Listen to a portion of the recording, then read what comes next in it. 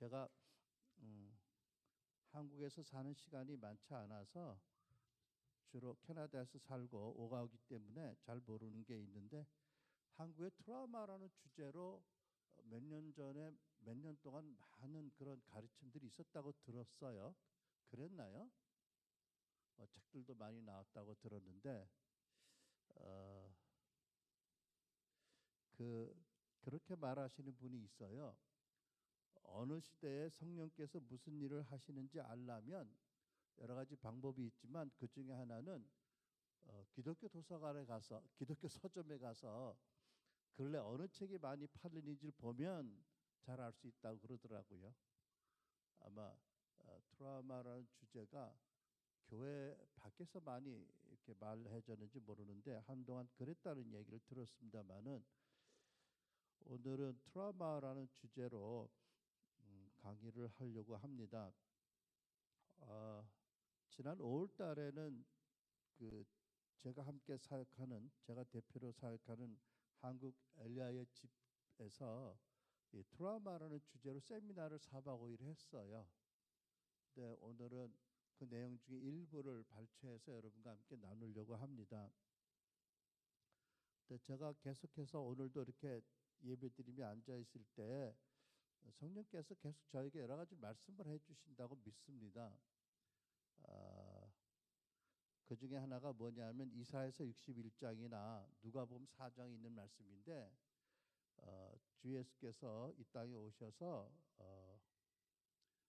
상한 자를 고치시고 포로된 자에게 자유를 주시고 갇힌 자에게 노임을 선포하고 모든 슬퍼하는 자를 위로하고 슬퍼하는 자에게 기쁨의 기름을 부어주고 화관을 주겠다, 이런 말씀이 있잖아요. 그래서 오늘도 하나님께서 그렇게 누가복음에도 예수님이 오셔서 그 구약 성경을 성전에서 읽으시고 이 말씀을 읽으셨는데 그런 말씀이 이루어지기를 간절히 소원합니다. 제가 지난 주일날도 그 말씀을 드렸는데 계속 그 말씀이 생각이 나서, 그 에베소서에 보면 그 사도 바울이 에베소 교인들을 위해서 기도하잖아요. 3장에 성령으로 말미암아 너희 속 사람을 능력으로 강건하게 하시길 기도해요. 근데 이제 에베소 교회를 보면 1장에 보면 1장에 그 15절에 보면 그 에베소 교회의 그 믿음과 사랑이 소문이 난 교회예요. 너의 믿음과 모든 성도를 향한 사랑을 나도 들었다. 그러니까 멀리 있던 사도 바울에게 에베소 교회의 그 사랑과 믿음이 소문난 교회거든요. 그리고 2장에 보면 8절에 너희가 그 은혜에 의해서 믿음으로 말미암아 구원을 받았다, 이렇게 말씀하시거든요. 그래서 구원받았고 교인들의 교회 믿음과 사랑이 소문난 교회인데도 불구하고 에베소 3장에 보면 사도 바울이 새삼스럽게 성령의 능력으로 너희 속 사람을 강건케 하시길 내가 기도한다고 하거든요. 그러니까 여러분 교회에 이런 시즌이 있기를 축복합니다. 우리 속 사람이 능력으로 강건하게 되어야 그 다음에 믿음으로 예수께서 우리 안에 거하시는 것을 경험하고 체험하게 되고 그 놀라운 그런 다음 이렇게 영적인 단계로 진보될 수 있어서 그렇게 말씀하신 줄 믿습니다. 근데 제가 여러분과 나누는 이 티칭이 제가 대표로 있는 한국 엘리야의 집에서 한국 교회의 근래부터 이제 세미나를 하면서 전하는 내용인데, 무슨 내용이냐 하면 여러분 이미 들으셨겠지만 그 로마서에 보면 마음을 새롭게 함으로 변화를 받아라는 말씀이 있잖아요. 근데 많은 성도들이 어떻게 해야 내 마음이 새롭게 변화되는지를 원하지만 잘 모르는 분들이 많으세요. 그리고 지난 주일 설교에도 말씀드렸지만 거듭나고 사도로 임명되었는데도 그 사도들 안에 시기 다툼이 있고 분노가 있고 또 불신앙이 있어서 예수님을 배신했다, 이런 것들을 보면 거듭난 크리스찬이 성령 충만하기도 하고 또 많은 은혜를 경험하지만 여전히 예수 믿기 이전에 또는 어릴 때부터 가지고 있던 어떤 나쁜 기질들, 습관들, 사고방식, 가치관 이런 것들이 여전히 남아 있을 수가 있다. 그래서 사도 바울이 너희는 두렵고 떨림으로 구원을 이루라고 말씀하신 거지요. 이런 것들을 쭉 연관시켜 줘 보면 그동안의 교회는 그 말씀을 묵상하고 말씀을 암송하고 말씀을 선포하고 예배하고 기도에 힘쓰고 또 성령 세례 받고 은사 뭐 이런 활동과 섬김에 열심히 하는 이런 부분이 아름다운 부분이 있었지만 거듭난 크리스찬들 안에 남아있는 옛사람의 기질들, 잘못된 습성들 이런 것들을 어떻게 치유하고 그 마음을 깨끗하게 씻어주고 변화시키는지에 대한 가르침은 거의 없었다고 내가 알기를 믿습니다. 그래서 사실 이런 부분들을 그 한국교회에 전하는 있고 있거든요. 그래서 이제 트라우마도 보면은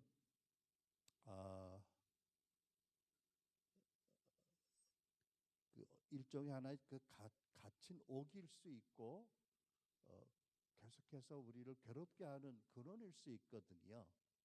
근데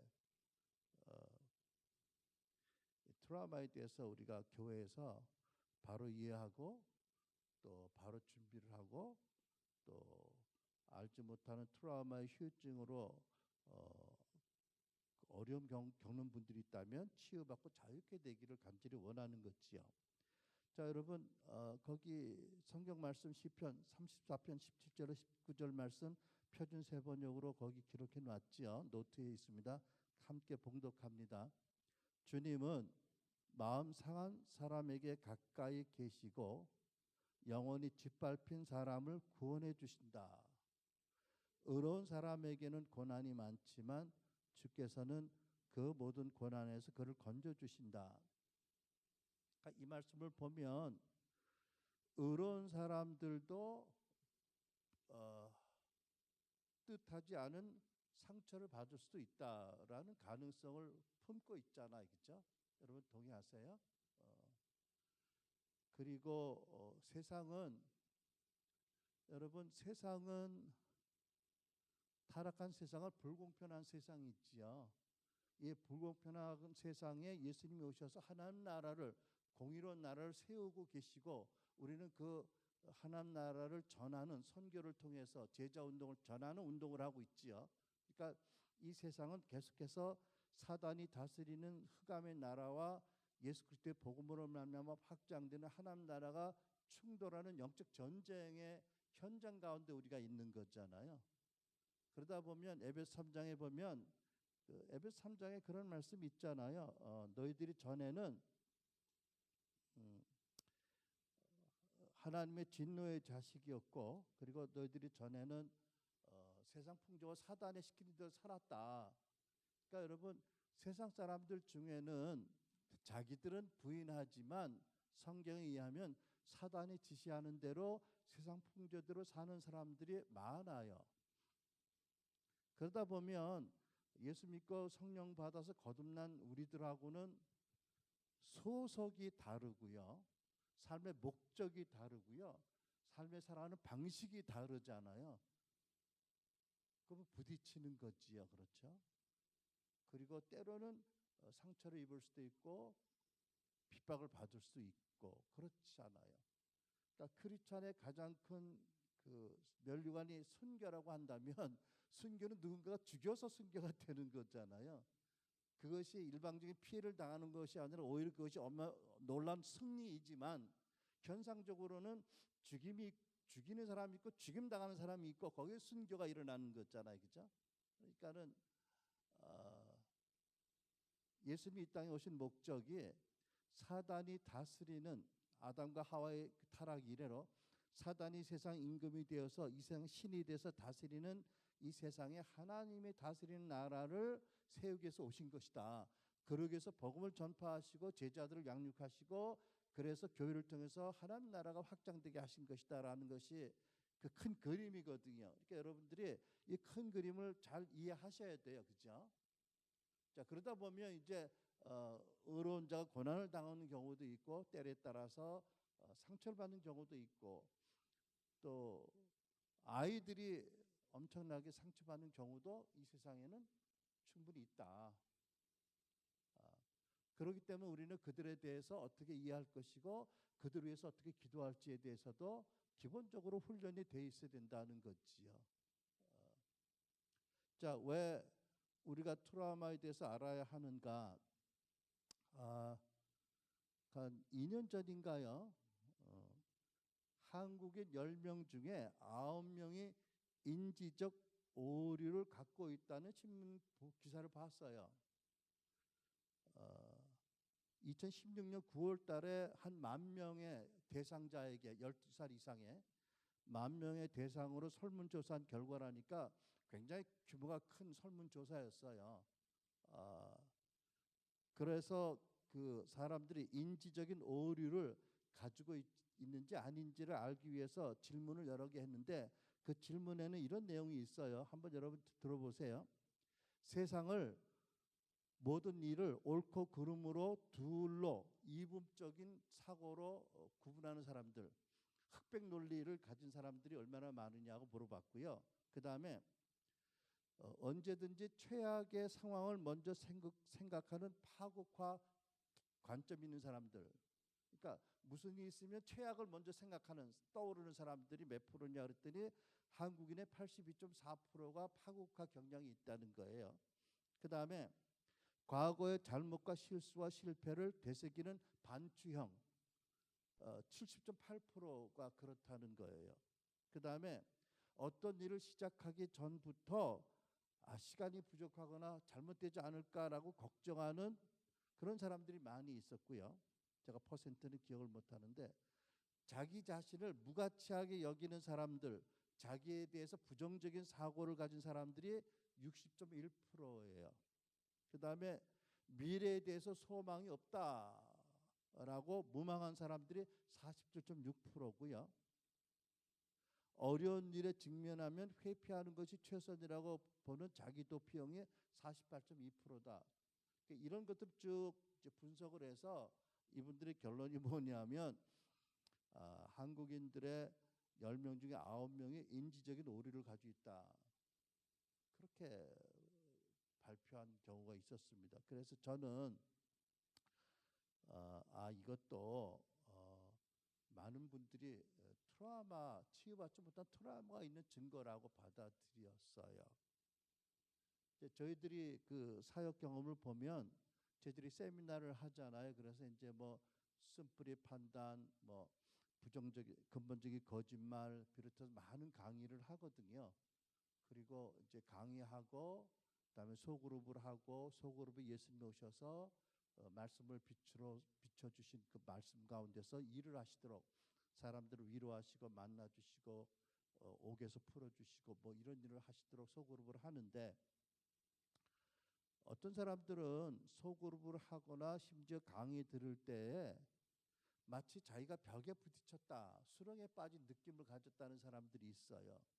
근데 이제 그 사람들을 알고 보면 과거의 트라우마를 겪어도 그 트라우마 자체를 기억하지 못하거나 트라우마를 겪었다는 사실을 부인하는 사람들이 있었고, 그래서 트라우마에 대해서 조금 가르치고 기도하고 나면 소그룹 사역이 이렇게 진도가 잘 나가는, 개인 상담의 진도가 잘 나가는, 그래서 효과가 있는 그런 경우들이 많이 있었습니다. 그래서 우리가 알게 된 거거든요.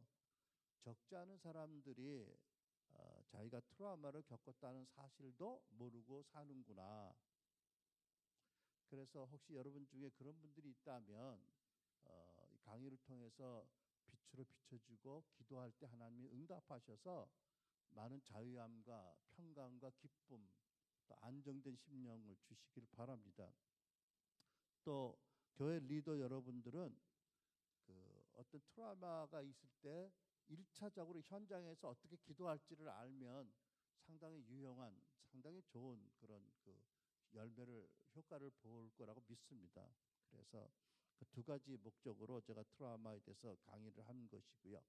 자, 트라우마란 무엇인가 정의 한번 보겠습니다. 노트에 같이 읽습니다. 정신적 외상인데 우리에게 일어난 어떤 일이 극심한 두려움, 공포 혹은 무력감을 느끼게 만드는 것, 혹은 깊은 상처로 마치 마음이 느낄 수 있는 능력을 잃어버리게 버리는 것처럼 보이게 되는 것이다. 또 여러분, 저는 사실 제가 그 우리 트라우마 세미나를 준비하면서 어, 그런 분이 올 줄을 생각을 못했는데, 어떤 분은 나중에 얘기 들으니까 이렇게 저 바깥에 세미나 바깥에 이제 그 교제하고 이런 공간이 있잖아요.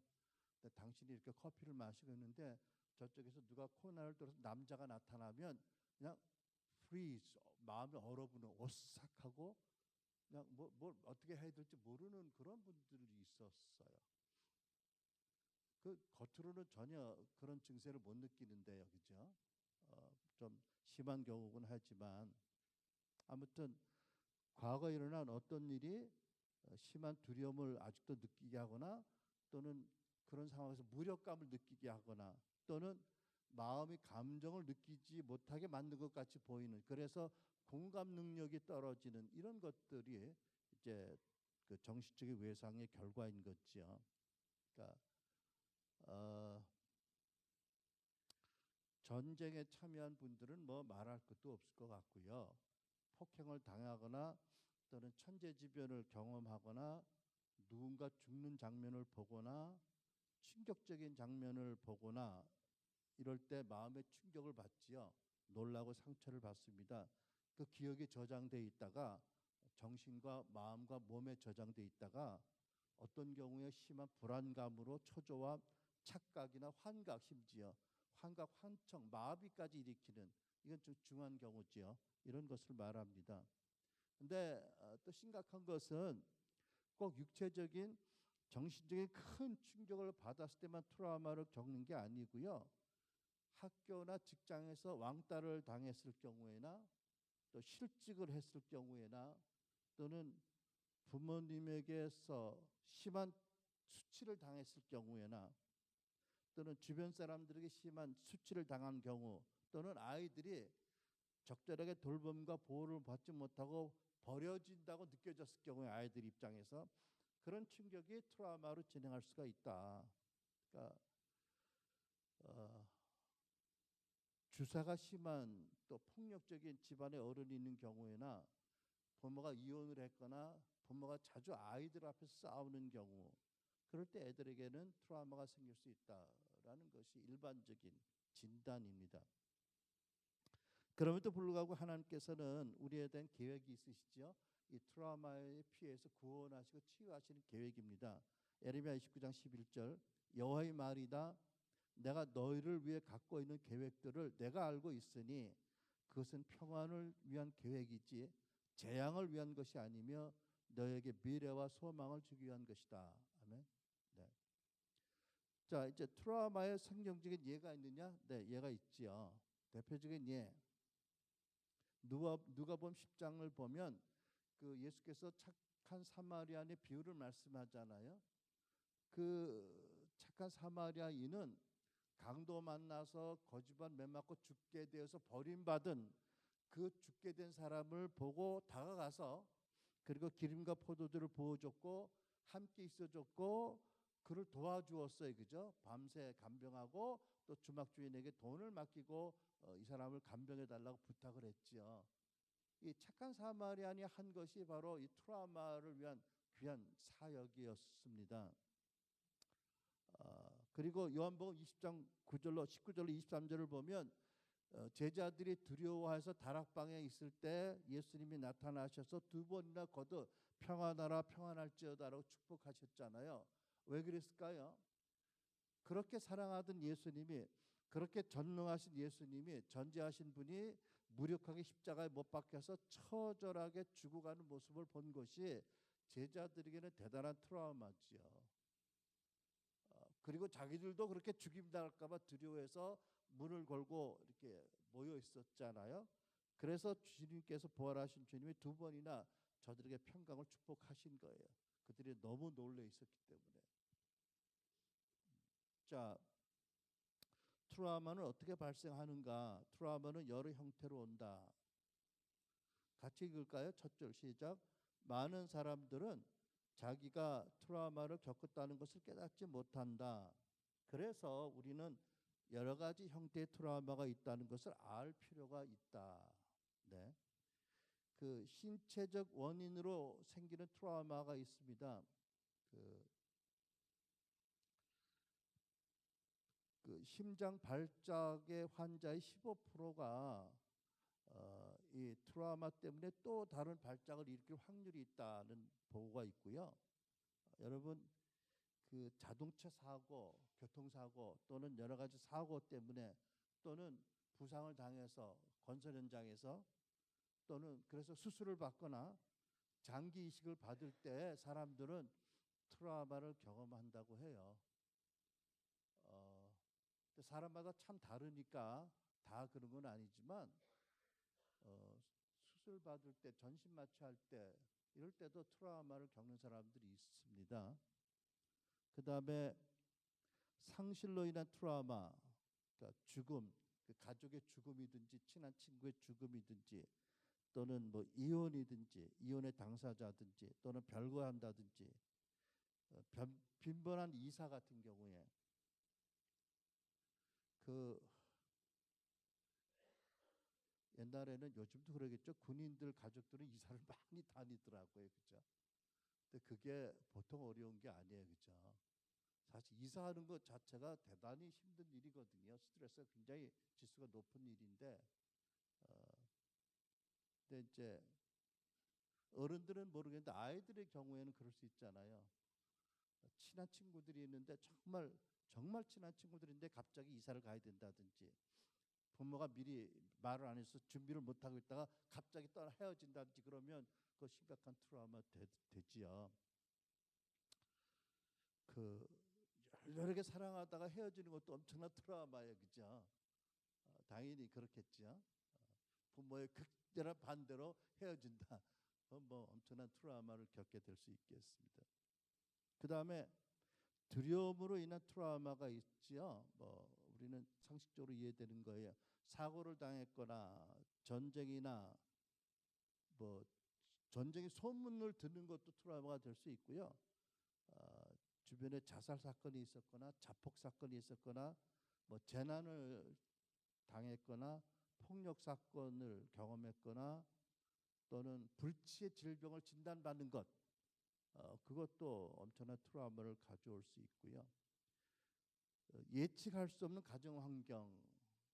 그러니까 저희 어렸을 때 보면 중고등학교 때 보면 학생 중에서 친구들 중에서 평소에 건강하게 학교 생활 잘하는데 갑자기 성격이 거칠어지고 막 갑자기 그런 애들이 있는데 보면 아버지 사업이 갑자기 망했다든지 그래가지고 그 충격으로 절망감으로 막 싸나워지는 애들도 있었어요. 그렇죠?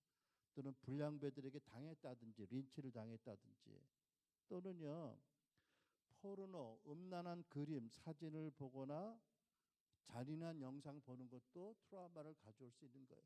그러니까 요즘 참 그 비디오 게임이 정말 나쁘겠더라고요. 뭐 그냥 사람을 죽이는 것을 뭐 그냥 뭐 어마어마하게 죽이는 그림들이 늘 있어요, 그죠?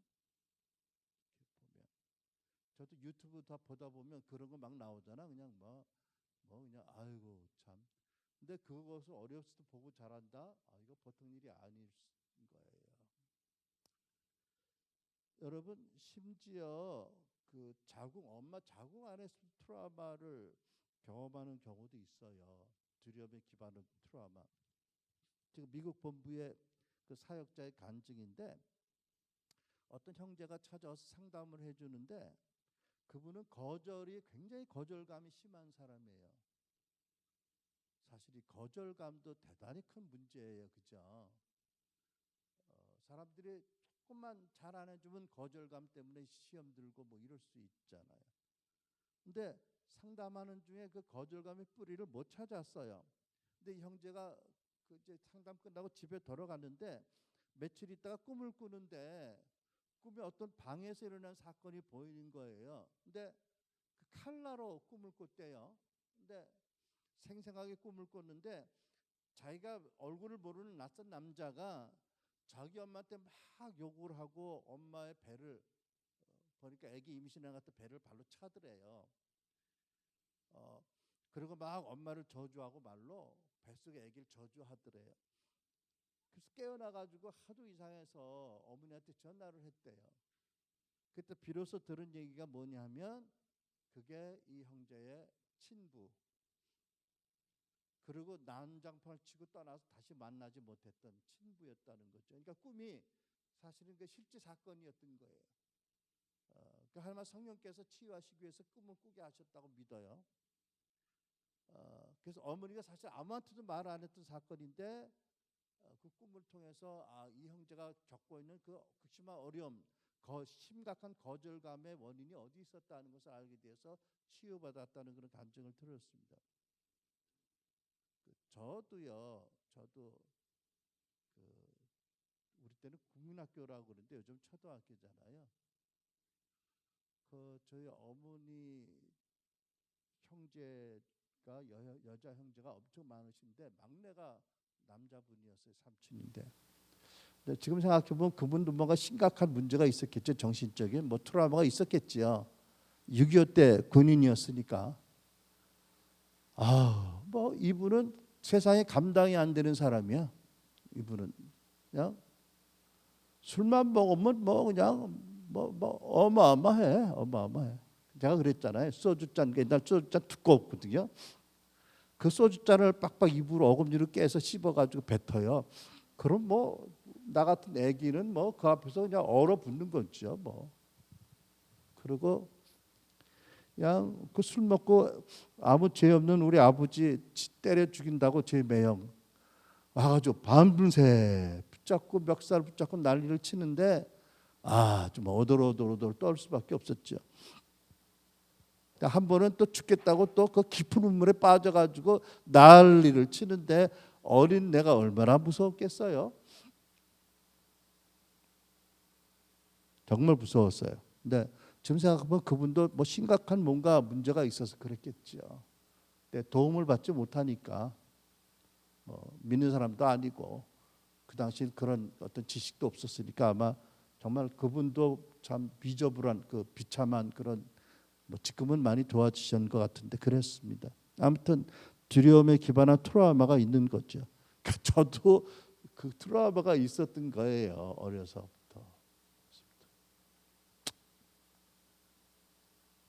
그 다음에 그 폭력, 그 성추행, 강간 당하는 경험이든지 신체적인 학대, 참 군대에서도 여러분 어떤지 몰라. 우리 때는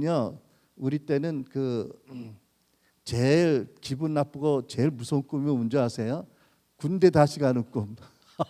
그 꿈 꾸면은 자다가 벌떡 일어나가지고 진땀이 부쩍부쩍 나. 그때 저 군인들 사람이 아니거든. 군인들은 그죠? 진짜 인권유린이 심했어요.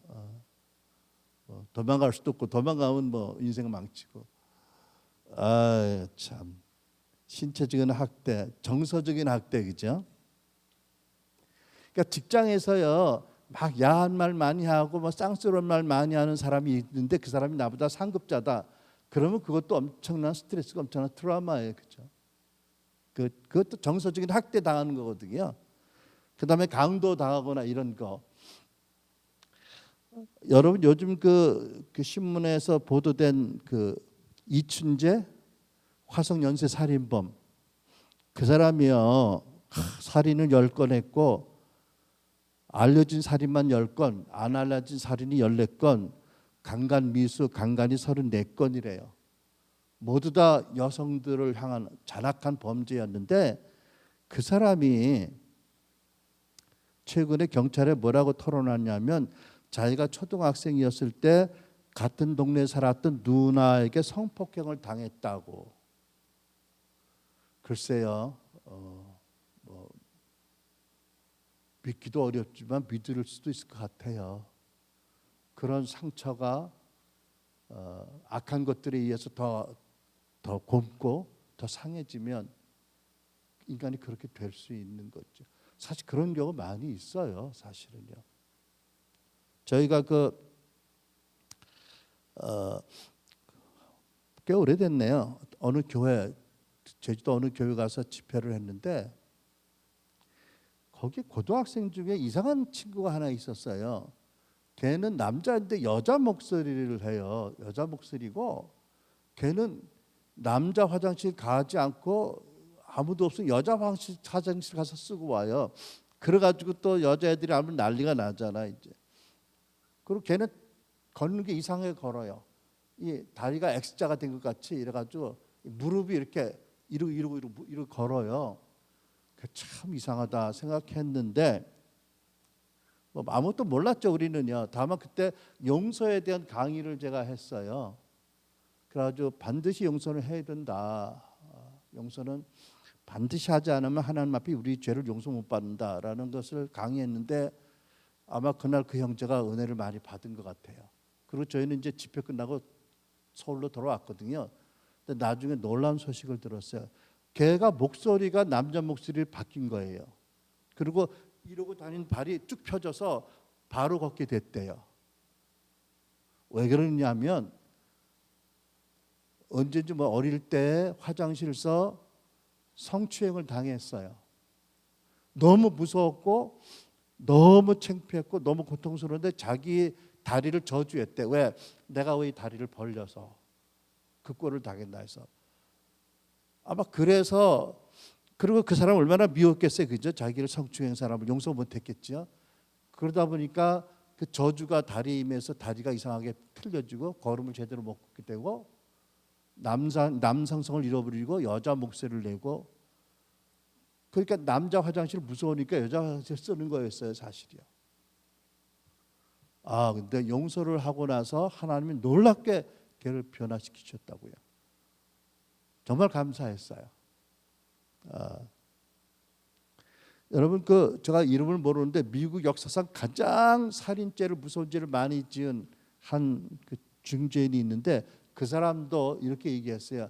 자기가 4살 때 할아버지 방에 갔다가 할아버지가 보던 포르노 여자들 벌거벗고 뭐 남자와 여자 성행위하는 사진을 보고 그것이 자기의 인생을 그렇게 무너뜨리고 많은 사람을 죽음에 몰게 한 사건의 원초적인 사건이었다. 그런 얘기를 오래전에 들었어요. 신문에 난 얘기예요. 그러니까 그런 거 보면 안 되고 혹 보더라도 보면 안 되고 애들이 보면 안 되는 건 절대 그죠? 엄청난 충격과 거기에 영적인 어떤 엄청난 공격이 있을 수 있잖아요. 그 다음에 배신으로 인한 그 트라우마가 있죠, 그죠?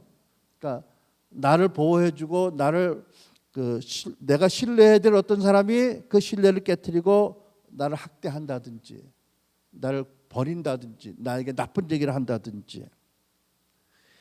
여러분 이런 얘기 하고 싶지 않지만 세상은 우리가 정말 깨어서 정말 아이들을 잘 보호해야 된다는 의미로 얘기를 하는데 우리 샌드라라고 우리 미국의 본부의 사역자의 간증입니다.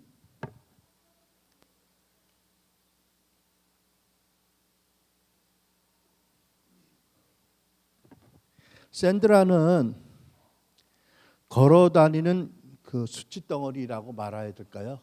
그랬어요.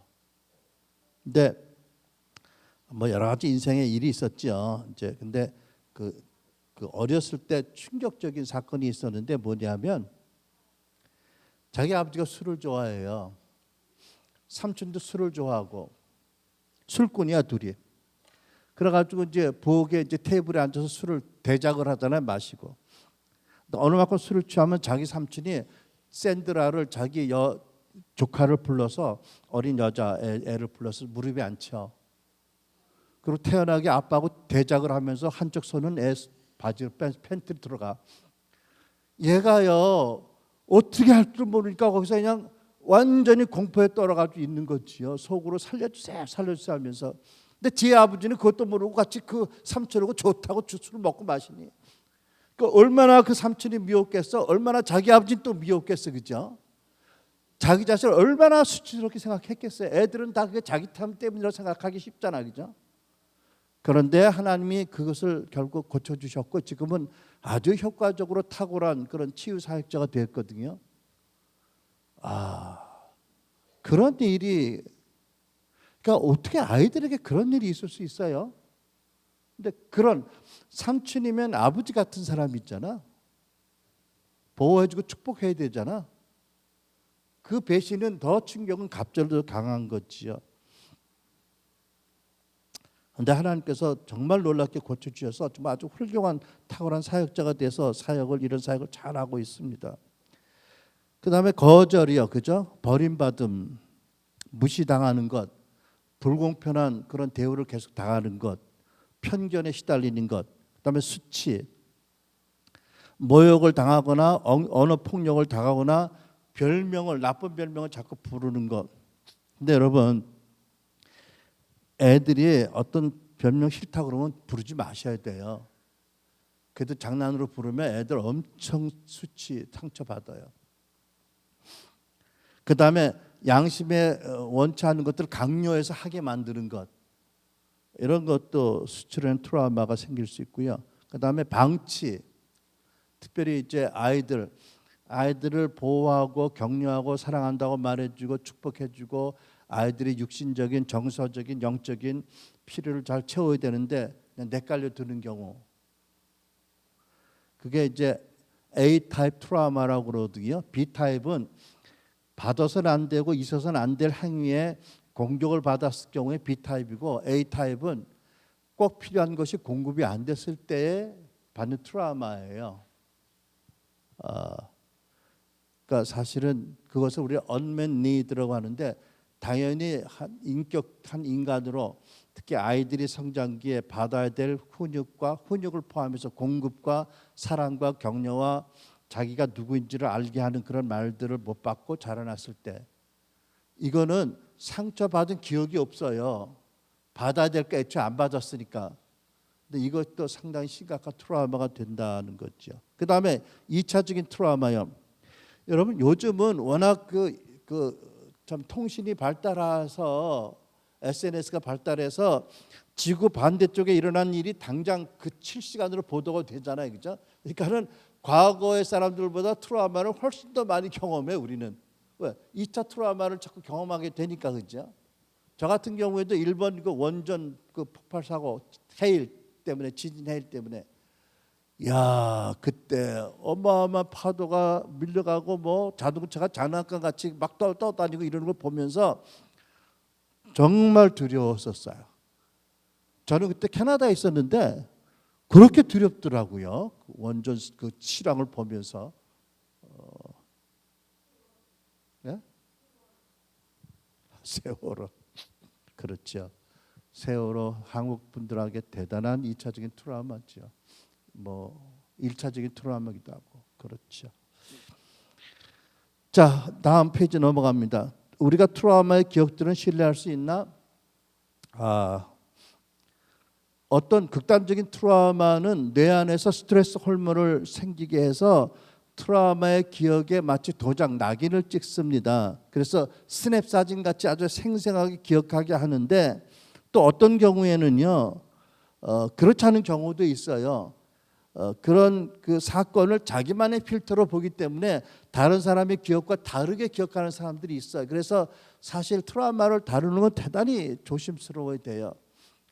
그렇지 않은데 내가 봤을 때는 현장은 그렇지만 아닐 수도 있거든요. 아무튼 혼동스럽게 기억으로 남는 트라우마도 있는데, 근데 이제 이 트라우마가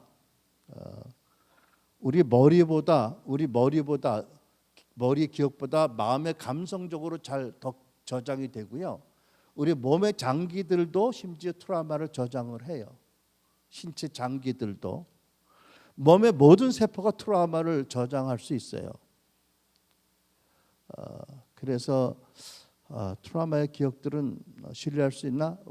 객관적으로 신뢰할 수 없을지라도 본인이 트라우마를 겪고 있다면 우리는 그것을 인정하고 마땅하게 처우를 해야 된다, 이렇게 치유를 해줘야 된다, 이해를 해줘야 된다는 것을 말씀드리고요. 그 다음에 어떤 사람들은 다른 사람보다 더 민감하고 더 고통스러워요. 사람마다 달라요, 그렇죠? 그러니까 모든 사람이 트라우마에 대해서 정확히 같은 식으로 반응하는 건 아니에요. 그러니까 각 사람은 아래 요인에 의해서 각자 독특한 방법으로 영향을 받는다. 어떤 요인이냐면 즉각적인 사후 처방이 부족했을 때.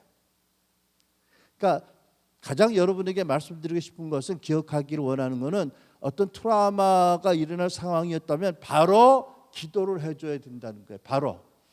그러니까 48시간 이내에, 48시간 지나면 기회의 창이 닫히고 그 다음에는 사람들이 부인하게 되는, 그 트라우마 사건 자체를 부인하게 되는 그런 모드로 들어갈 수가 있어요.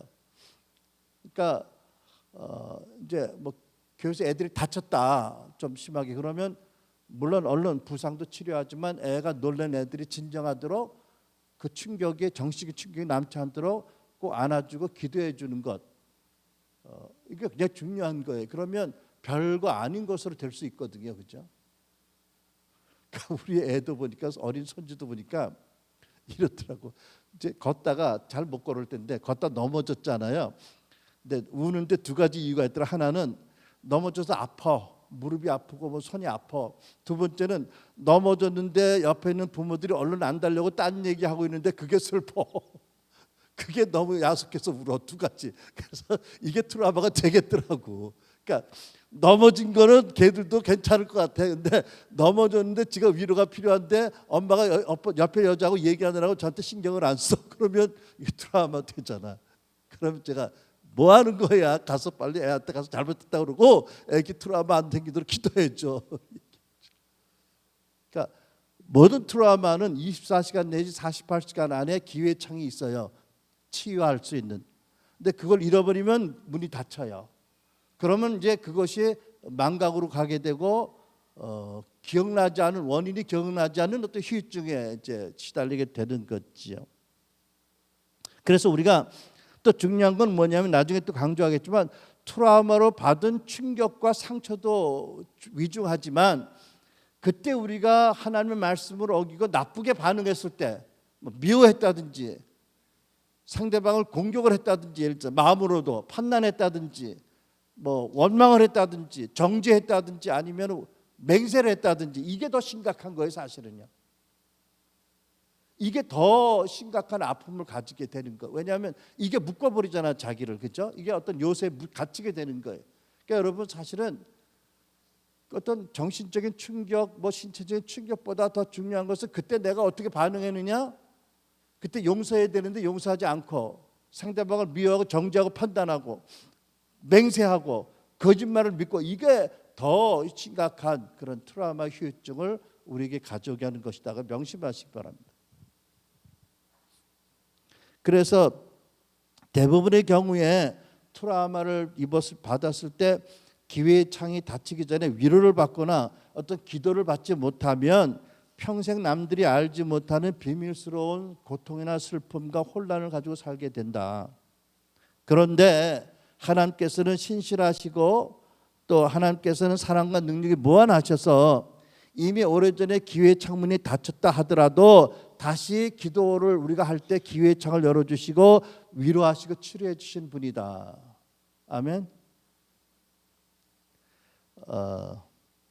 그래서 즉각적인 사후 처방이 안 되거나 부족했을 때 더 고통스러워할 수 있다. 그 다음에 너무 많은 트라우마의 사건들이 연속해서 일어날 경우에 뭐 당연히 얼마나 힘들겠어요, 그죠? 그 다음에 기질에 따라서, 성격에 따라서, 그죠?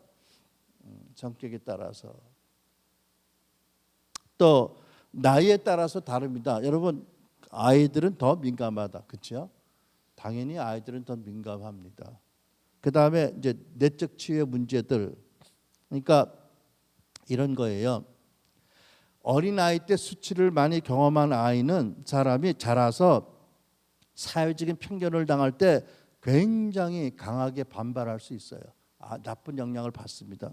또 어린아이 때 수치를 경험한 사람이 인종적인, 이민을 갔다 그래서 인종적인 편견을 이제 당할 때 굉장히 크게 아파하거나 악영향을 받을 수 있다. 또는 어린 시절에 예측할 수 없는 폭력적인 상황에서 자랐을 경우에 그런 사람들은 어떤 재난을 당할 때 남들보다 더 충격적일 수 있다. 저는 그 대만의 어떤 자매를 만나서 한번 그 얘기를 했는데, 야, 그 자매 집은 참 폭력적인데 정도가 보통이 아니더라고. 그 자매가 그래. 우리는 어렸을 때 자꾸 피해야 되는데 왜 식칼이 막 날라갔대 집에서 막. 근데 중국 사람 식칼은 무섭잖아. 또 한국보다도. 그 농담이 아닌 것 같아. 근데 그분도 치유받아가지고 이제 그때는 웃기 얘기하는데, 이러고 피하고 저를 피하고 그랬다는 거지. 서로 식칼을 던지고 싸워서. 뭐 삼촌들 부모들이 그랬는지. 이런 사람들은 어떤 재난이나 사고 당하면 더 충격을 쉽게 많이 받는다. 그다음에 어린아이였을 때 아버지나 어머니를 잃어버린 경우, 돌아가시거나 이혼하거나 어떤 경우에, 또는 가까운 친구의 갑작스러운 죽음에 더 큰 악영향을 받을 수 있다. 나도 그랬네. 저는 그 중학교 2학년 때 석 달을 울고 살았던 것 같아. 왜? 내가 초등학교 다니면서 그렇게 짝사랑했던 친구가 죽었어. 여자친구가. 그래가지고 얼마나 슬펐는지 한 석 달을 매일 울었어. 수학여행도 안 가고.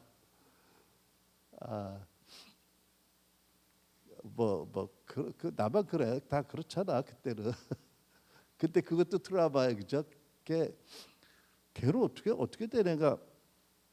걔는 이제 경기여중을 다녔는데, 그때는 경기여중이 대한민국 제일 좋은 학교 중에 하나였거든요.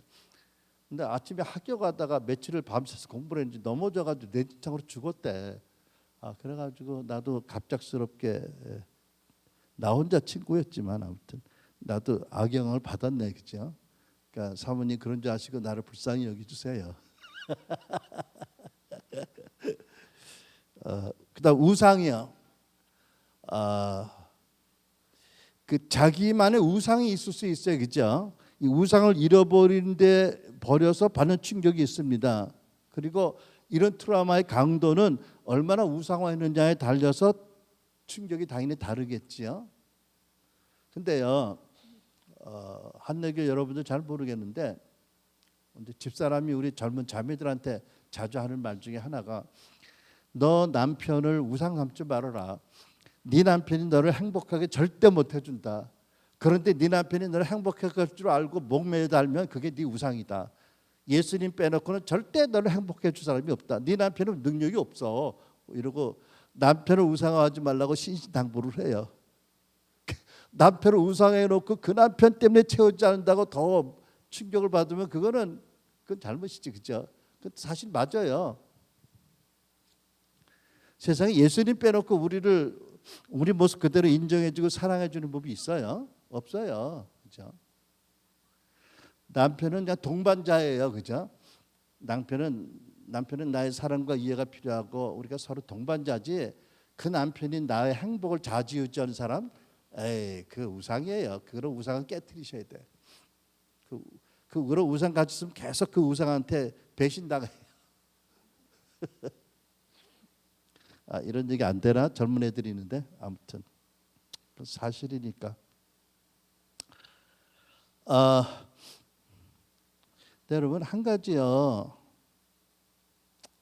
이제 우리가 이런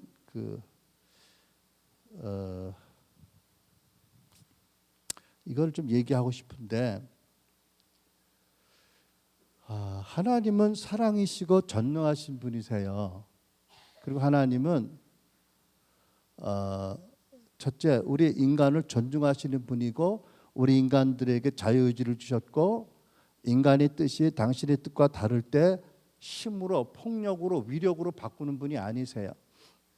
깨닫게 원하시고 감동도 주시고 가르치시고 사람들 중에 듣게 하시지만, 어쨌든 사람들의 자유의지를 힘으로 꺾는 분이 아니세요. 자, 그러면 우리가 살아가는 이 세상에는 아까 에베소 말씀처럼 세상 풍조를 따라 살고 사단의 지시를 따라 사는 사람들이 있어요. 나도 그랬고 여러분도 예수 믿게 그랬어요, 그죠? 그래서 하나님 진노의 대상이었어요. 사단은 교회를 증오하고 크리스찬들을 미워해요. 또는 어떤 우연한 사건을 통해서도 상처를 받을 수가 있어요. 그런데 그 사람에 대해서 어떤 중보자가 있다든지, 또는 그 순간에 기도를 했거나 중보를 했다면 하나님은 특별한 방법으로 도우실 수 있어요. 그런데 안타깝게도 그런 환경이 아니었다면 하나님은 사람의 지혜로 알지 못할 만큼 역사하시긴 하지만 본질적으로 사랑이시고 인간의 자유의지를 존중하시는 분이고 당신의 뜻과 맞지 않다고 위력으로 쓰시지 않은 분이어서 때로는 그 상처를 받는 환경에 두실 수가 있어요. 기꺼워서가 아니라 아픈 마음으로. 예를 들면 저는 33살 때 예수 믿었지만 제가 뭐 15살 때, 12살 때, 8살 때 어떤 상황에서 공격을 받았다. 그러면 당연히 그때는 우리는 믿는 집이 아니었으니까 하나님의 축복의 손이 능력 있게 나타나지 못하는 상황이잖아요, 그죠? 근데 물론 하나님은 당신의 지식으로 내가 예수를 믿고 당신의 자녀가 되고 목사가 될 거 아셨어요, 그죠?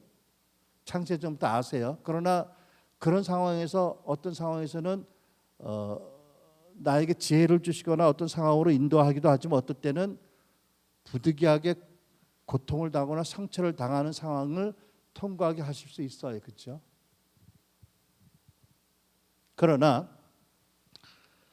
내가 나중에 33살에 예수를 믿고 그다음에 참 크리스찬이 되고 하나님의 자녀가 되어 살아갈 때 하나님께서는 무엇을 깨닫게 하시냐면 정말 내가 그때 죽을 것 같으면 하나님이 도와주셨을 거예요. 근데 그것으로 죽지 않을 걸 아셔요.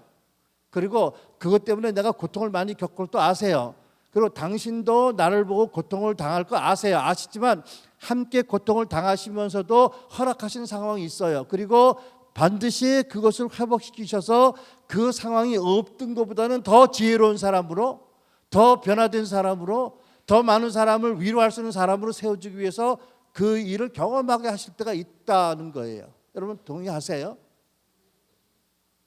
저 그렇게 믿어요.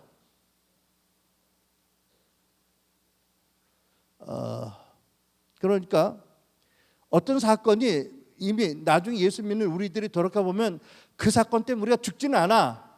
그러나 그 사건 때문에 우리가 결국은 하나님의 합력해서 은혜 주셔서 결국은 더 좋은 사람이 될 수가 있어. 더 하나님 나라에 유용한 사람이 될 수가 있어. 그러나 하나님은 그 과정에서 우리 똑같이 슬퍼하시고 고통하셔. 이런 경우들이 있어요. 그분은 우리를 구속하시는 분이잖아요. 그러니까 트라우마를 보시면서 경험하신 여러분들이 하나님의 그런 속성, 그런 부분에 대해서 이해를 가졌으면 좋겠어요.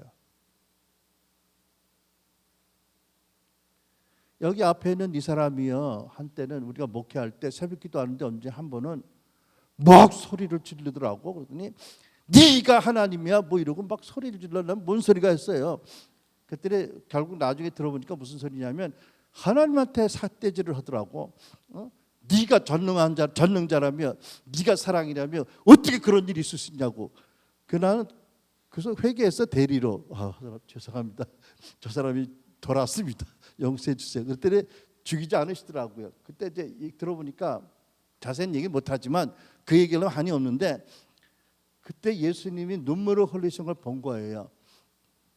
어미로서 어마어마하게 아파할 때 환상 중에 예수님을 봤는데 그 예수님이 눈물을 같이 흘리시는 걸 보고 그러고 난리를 친 거예요. 잘했다는 건 아닌데요. 근데 내가 보기에 하나님께서는 그래 네 속에 나에 대한 원망이 있으면 그렇게라도 털어놔라. 그게 너에게 유익이 된다면 내가 그걸 기꺼이 받겠다. 뭐 이러시는 것 같아요. 근데 돌이켜보면 그 상황으로 해서 너무 아프고 힘들고 오랜 세월 고통스러웠지만 이제 돌이켜보면 한참 세월이 지난 다음에 그 사건이 없었던 것보다 있었던 것이 더 유익이 됐던 것 같아요. 우리 모두에게.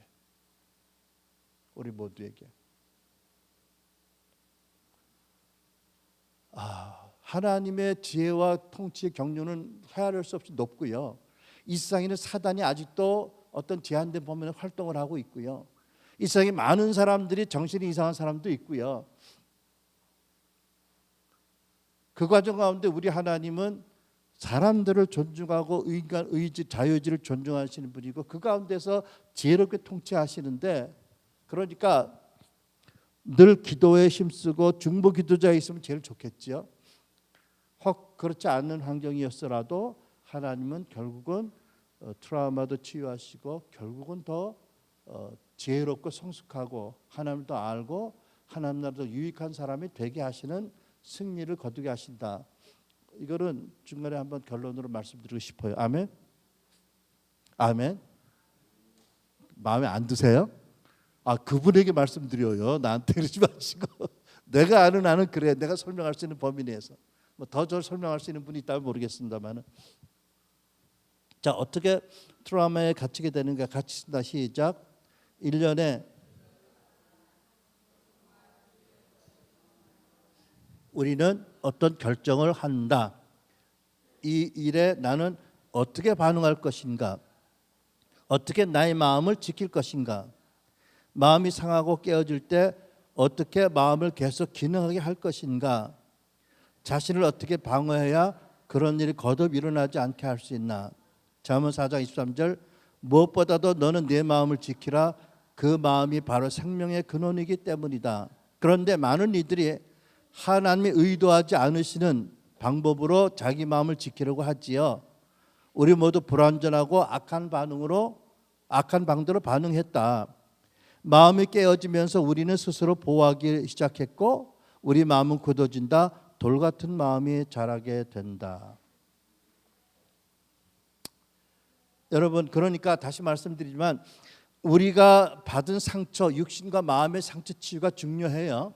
근데 못지않게 중요한 게 뭔지 아세요? 상처받을 때 내가 원망했거나 미워했거나 복수하려고 했거나 판단했거나 맹세를 했거나 거짓말을 믿었다면 이게 사실은 그 원 상처보다 더 우리를 괴롭히는 거거든요. 그러니까 동시에 이거를 말씀대로 회개하고 용서하고 풀어야 트라우마의 옥에서 빠져나올 수 있어요. 여러분 이해가 되세요? 이게 우리를 갇히게 하는 거예요. 상처 그거보다도 상처에 대해서 우리가 나쁘게 말씀을 어기고 반응을 했을 때, 죄를 지었을 때 이게 더 우리를 오랫동안 가두고 괴롭게 하는 것이다. 그러니까 반드시 말씀에 따라 회개하고 용서해주고 또 기지를 십자가 못 받고 그리고 부활의 마음, 축복의 마음을 달라고 하고 용서하고 이것이 반드시 우리를 트라우마의 충격에서 빠져나오게 하는 유일한 말씀의 길이다. 여러분 잘 이해하시기 바랍니다. 아멘. 그러니까 여러분 많은 크리스찬들이 이거를 몰라서 거듭났는데도 옛사람의 기질이 남아있거나 문제를 남아가지고 어려워해요. 그러면서 어떻게 생각하냐면 많은 사람들이 내가 기도가 부족해서 그런가? 말씀이 부족해서 그런가? 내가 성령 충만하지 않아서 그런가 하는데 그럴 수도 있지만 사실은 아직도 자기가 말씀을 어기고 잘못되게 반응한 게 많이 있는데 부모 공경을 안 했다든지 이런 것들을 계속 풀지 않아서 마치 죽었던 나사로야 나오너라 부르신 다음에 예수님께서 나사로 나왔을 때 뭐가 있었을까요? 죽음의 것들이 묶여 있잖아요, 그죠? 그러니까 예수님께서 옆에 있는 사람들에게 가서 풀어놓아 다니게 하라고 하잖아요. 그러니까 우리가 예수 믿고 거듭났는데도 옛사람의 것들이 아직도 우리의 손과 발과 눈을 묶고 있다면 그거 풀어야 되는 거예요. 그거 안 하니까 신앙생활이 더 힘들어요. 그러니까 제가 보면 다른 아닌데 정말 산기도 안 가면 하루라도 건너 안 가면 힘든 사람들이 있는데 물론 때에 따라서 그렇게 부르짖으라 입을 넓게 열라고 말씀하셔서 그런 상황도 있지만 적지 않은 경우에 보면 자기 안에 자기도 모르게 말씀을 어긴 것들이 많이 있는데 많이 묶여 있는데 이걸 그대로 두고 어떻게 하자니까 계속 산기도 가서 처리하고 해야 겨우 숨을 쉴 것 같은 사람들이 있다고 보여지는 거예요. 이게 없으면 나는 마음이 온유하고 겸손하던 나의 평안을 너에게 주노니 나의 기쁨을 주노니 이런 말씀들이 얼마나 효과적으로 우리에게 다가오겠어요, 그렇죠? 그러니까 양면이 다 필요한 거 여러분 이해가 되세요? 자, 그래서 마음을 강팍하게 되는 거예요. 잠언 28장 14절 말씀 여호와를 항상 경외하는 사람은 복을 받지만 마음이 완고한 사람은 고난에 빠진다. 한글 킹제임스는 후반부 이렇게 번역을 했습니다. 자기 마음을 강팍하게 하는 자는 해악에 빠지리라. 그러니까 제가 예수님 믿기 전에 제가 뭐 직장 생활도 하고 나중에는 이제 친구들하고 사업도 했는데요. 저는 그때 강팍하게 마음을 먹고 독하게 마음을 먹어야 사업을 잘할 수 있다고 생각했어요. 그 세상에서는. 그러니까 우리는 뭐 입찰 가고 그러면은 뭐 다른 회사 견적 뽑아서 봐야 되고요. 상대방 입찰 그 계산기 두드리는 거 보면 벌써 얼마 두드리는 딱 보이고 그거보다 또 낮게 써야 되고 또 정보 빼려고 뭐 술도 사줘야 되고 돈도 별짓 세상에 못된 짓 다 했거든요. 건설 현장에서 했고. 그래서 그때는요 마음을 독하게 먹어야 남을 짓밟아야 내가 이긴다고 생각했는데요. 이게 얼마나 나를 스스로 해롭게 하는지 나중에 예수님 믿고 깨달은 거예요. 마음을 강팍하게 하느냐 해악을 빠진다, 그죠? 왜? 하나님은 우리를 보호하시겠다고 말씀하시거든요. 내가 너의 보호자고 내가 너의 산성이고 내가 너의 목자이다. 나는 전능한 너의 아버지다. 근데 우리는 노 내가 할게 하고 내가 마음을 강팍하게 먹고 내 방법대로 하다 보니까 어려운 일이 많이 생긴다는 거지. 이게 말하면 야고보의 야복강의 씨름 같아요. 그 하나님이 그러시잖아요. 천사로 나타나서 내 이름이 뭐냐고 묻잖아요. 몰라서 물어요. 야곱이. 야곱은 뭐예요? 속이는 자, 남의 발꿈치를 붙잡고 나온 자잖아요. 자기 자신에 대한 정체성을 고백받고 그 다음에 네가 다시는 야곱이 아니라 이제 이스라엘이다 라고 새로운 정체성과 이름을 주고 그가 또 걸어갈 때 새날이 돋았고 그가 형과 극적으로 화해하고 야곱의 삶이 피이게 됐잖아요. 그 전까지는 얼마나 힘든 삶이에요, 그죠? 야곱이 하나님의 택한 조상이 때도. 왜? 얼마나 간교하고 꾀가 많고 얼마나 자기중심적인지요. 그러니까 그 인생이 계속 깨어지며 연속인 거예요. 히브리 3장 8절 말씀, 광야에서 시험 받던 날에 반역한 것처럼 너의 마음을 완고하게 하지 말아라. 강팍하게 하지 말라는 거거든요. 예수님이 그러시잖아요. 나는 마음이 온유하고 겸손하다. 너희는 나를 배우라고요. 이게 반대잖아요. 강팍에, 그죠? 우리가 마음을 강팍하게 가면 우리 안에 denial, 부인, 와이프가 아니라 denial이라는 부인의 강한 요새가 만들어집니다. 그래서 우리는 하나님의 마음을 열고 치유받는 대신에 마음을 굳게 하고 고통을 외면해서 결국은 자기 마음을 강팍하게 하는 자 해악에 빠진다는 말씀이 임하게 하는 거예요. 자, 넘어가겠습니다. 다음 페이지로. 부인, 디나이얼이죠. 디나이얼은 사실을 외면하기를 결정하는 거예요. 사실을 인정을 안 해요. 부정해요.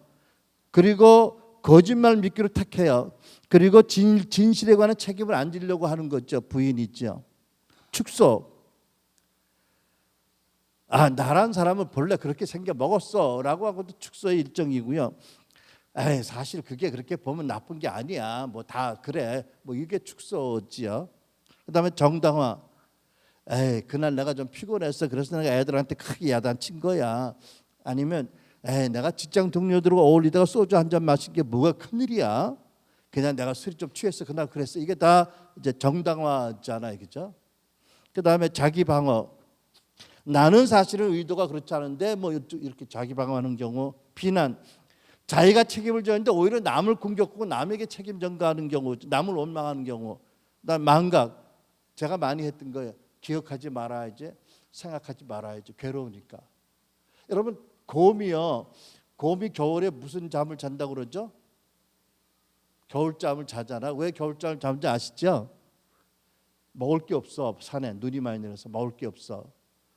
그리고 추워. 그러니까는 그 혹독한 시기를 견뎌야 이제 봄이 올 때까지 견딜 때 뭐를 해야 돼? 천상 잠을 잘 수밖에 없어. 잠을 자면 열량 소비도 제일 적고 잠을 자면 좀 둔감해지잖아, 그죠? 그게 우리가 예수님 알기 전에 우리도 본능적으로 그렇게 살았을 수도 있어요. 자기 자신을 지키기 위한 하나의, 특히 어렸을 때는요, 살아남기 위한 방도로. 그러니까 하나님께서 참 마음 아파하시겠죠. 참 마음 아파하시죠. 그러니까 미워해서 회개하라는 게 아니고 사랑하시기 때문에 그래, 네가 왜 그런지 알겠는데 네가 생각이 짧고 이해가 부족하고 믿음이 없어서 그랬는데, 그러나 이제는 네가 예수 안에서 그거 회개하고 그 상처 치유받고 용서해주고 네가 마음을 열고 나와 함께 내가 주는 평강과 위로와 축복을 가지고 살자 이렇게 하시지 않겠어요, 그렇죠? 여러분 저희가 이 사역을 하면서 가장 강조하는 게 뭔지 아세요? 하나님 사랑이시고 우리 모습이 어떻든지 하나님 가장 우리를 사랑하세요. 그분 우리를 다 아세요. 부끄러울 게 없고 도망갈 게 없어요. 그분 앞에서. 이제 그분께 맡기는 게 가장 최선이에요.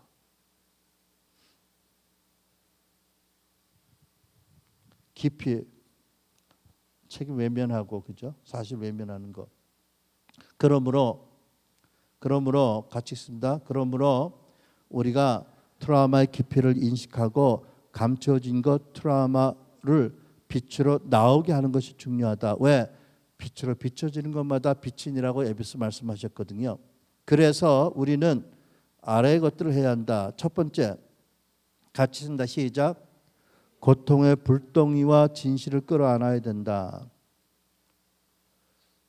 치유받고 우리 마음이 변화되려면 가만히 앉아서 웅크려 있으면 안 되거든요.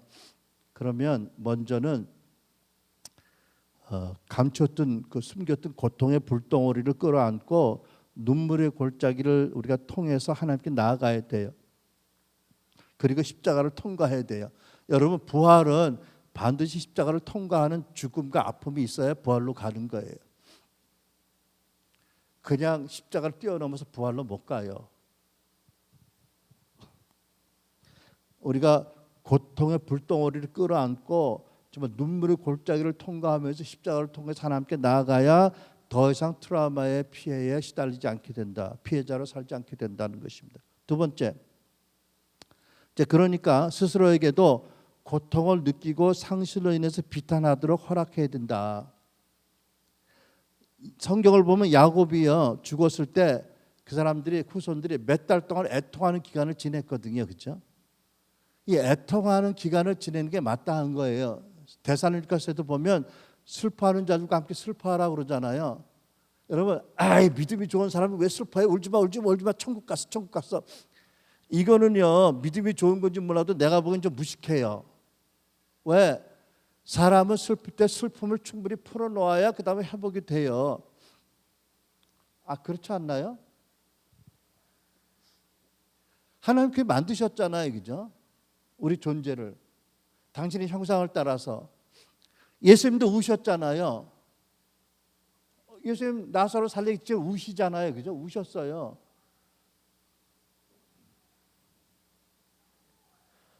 여러분 우리가 서두르지 말고 애통하는 과정을 지나갈 때는 지나가셔야 돼요.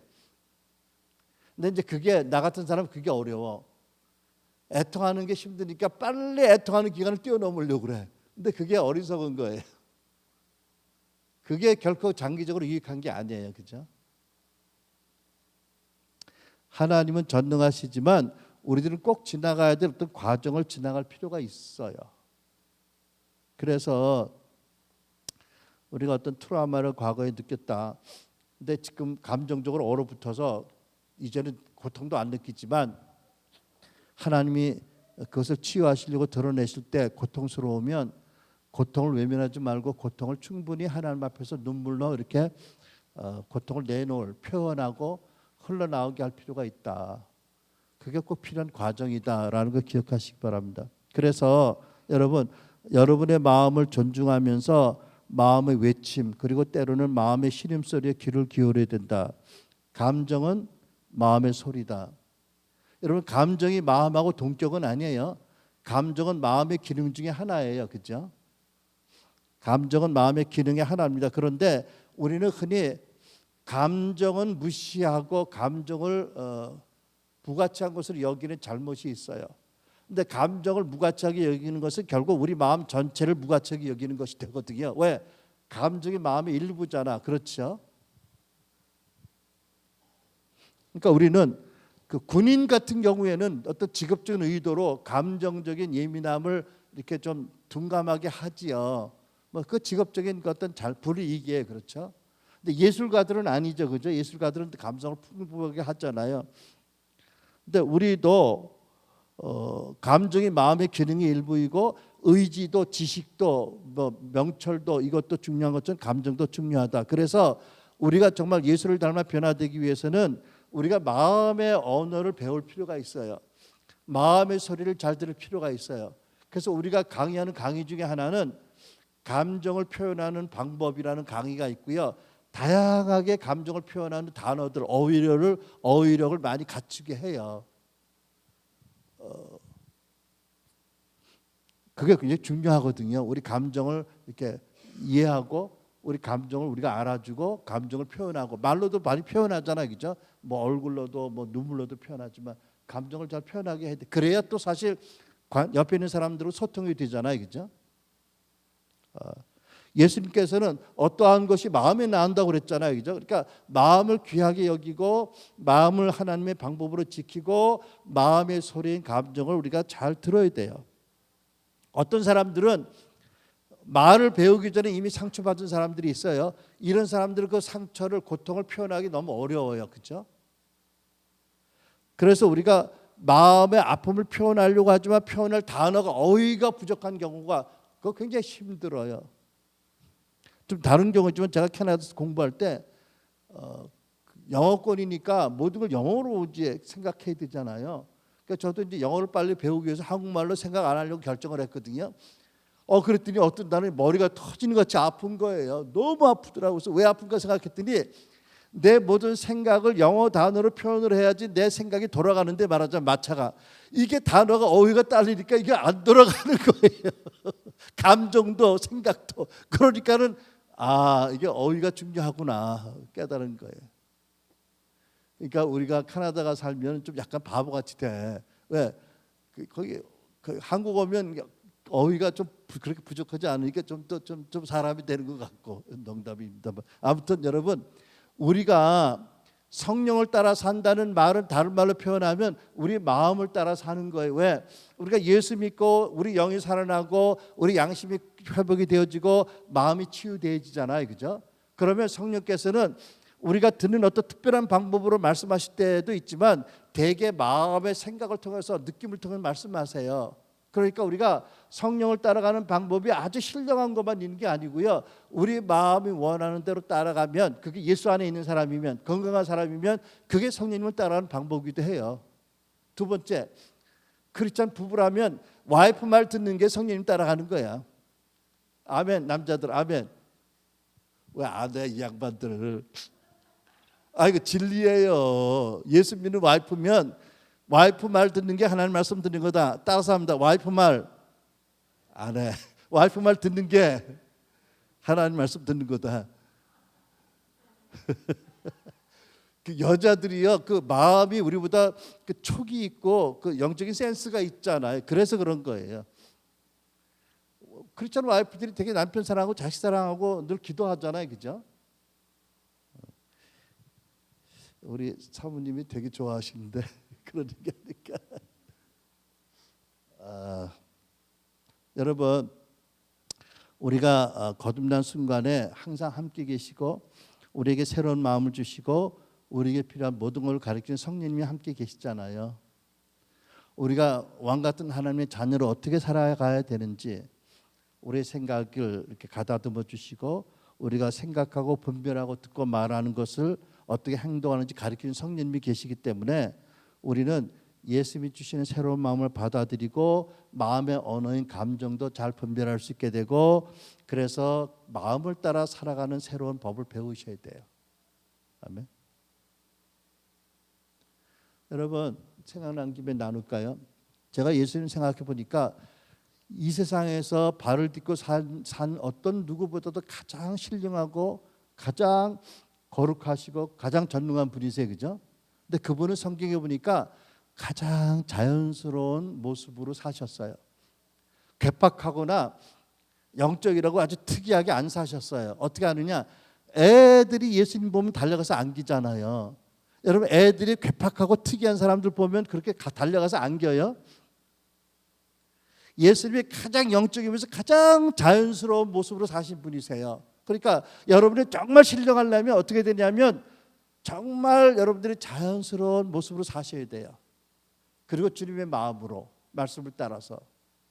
여러분이 어떤 은사가 좀 있고 뭐 능력이 있다고 그러고 폼 주고 다니면 그거는 바리새인과예요. 그죠? 얘기가 되나? 아멘. 저는요, 나는 그게 큰 깨달음이라고 생각해요.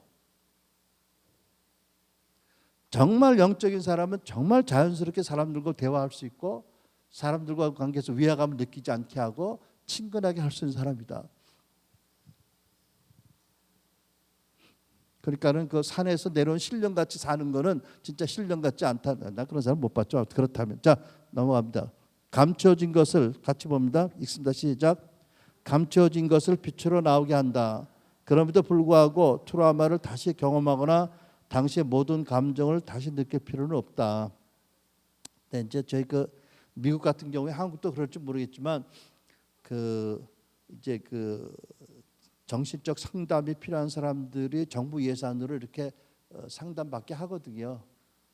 많은 사람들이 상담을 받아요. 저희 딸도 심리 상담사인데, 근데 이제 어떤 경우에는 가서 똑같이 옛날 트라우마 얘기 또 하고 반복하고 하는데 어떻게 보면 그게 어떤 필요도 있고 유익도 있지만 그렇다고 그래서 우리가 자꾸 옛날에 아픈 그 힘들었던 걸 자꾸 생각하고 자꾸 되풀이해서 말하게 할 필요는 없다는 거지요.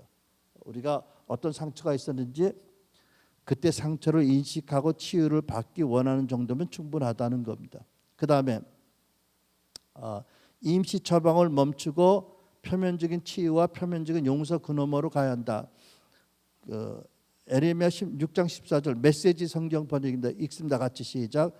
내 백성이 망가졌다. 아주 결단이 났다. 그런데도 그들은 반창고나 붙여주면서 별일 아니다, 괜찮다고 한다. 그러나 절대 괜찮지 않다. 네. 뭐 임시 처방도 필요하지만 깊이 있는 그런 표면적인 용서 넘어 깊이 있는 치유로 가야 된다, 해방으로 가야 된다는 것입니다. 거기에 흘리지 못한 눈물은 죽이는 독이다. 어떤 연구 결과를 보니까 사람들이 그 고통과 슬픔으로 흘리는 눈물은 다른 뭐 양파 껍질 벗기다가 흘리는 눈물하고 화학 성분이 다르대요. 성분이 다르대요. 그러니까 우리가 슬픔과 고통으로 눈물 흘리는 것은 어떻게 보면 우리의 그 정신과 육체 안에 쌓인 독을 빼어내는 하나의 방법일 수 있어요. 그러니까 슬프고 고통스러우면 하나님 앞에서 우세요. 근데 우리 같은 남자들이 이게 울지를 못해요. 바보들이. 아니 죄송합니다. 내가 그래. 내 생각하기에. 저는 이런 생각 가끔 해요. 나 예수님이 오시면 내 급함에 안겨서 많이 울고 싶다. 그런 생각을 해요. 왜? 나도 울어야 될 필요성이 있고 울고 싶은데 어떤 이유로 울지 못해서 내가 답답해서 그런 생각해. 여러분 이해가 되세요? 주님 오시면 나 급함에 안겨서 많이 울고 실컷 울고 싶다고. 그래서 여러분 내적 맹세라면 울지 못하는 사람들이 있어요. 수치의식 같은 거 그죠? 특히 우리 어렸을 때 남자 녀석이 왜 울어? 뭐 이런 얘기 많이 듣고 자라면 우는 것에 이렇게 잘 못 울게 되는 기질이 생길 수 있잖아. 그것은 흔한 말로 우리 육체의 정신의 독을 해독하지 못하는 나쁜 것이지요. 나쁜 거예요. 그러니까 어떤 사람들은 그러잖아.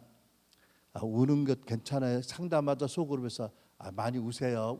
절제하지 말고 우세요. 그러면 어떤 사람이 이래. 아니에요. 나 한 번 터지면 어떻게 걷잡을 줄 몰라. 나 끝을 어떻게 날 줄 몰라. 그래서 안 울어. 그러는데 그래도 우리 울라고 그러고 우는 게 좋은 거예요. 그죠?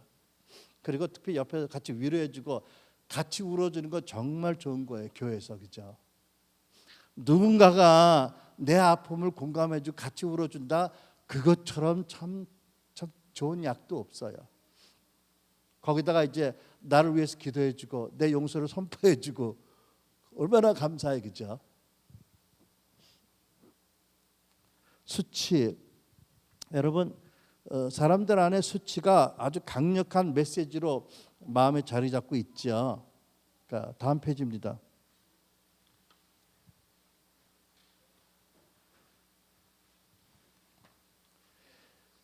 수치는 트라우마와 고통을 숨겨서 치유받지 못하게 해요. 사실 사람들 앞에서 또 트라우마를 말하는 건 어렵죠. 그러나 예수님께서 너희 죄를 서로 고백하고 병 낫기를 위해서 서로 기도하라고 하셨잖아요. 그러니까 이 수치를 이기고 트라우마와 고통을, 죄의 문제를 고백해야 돼요.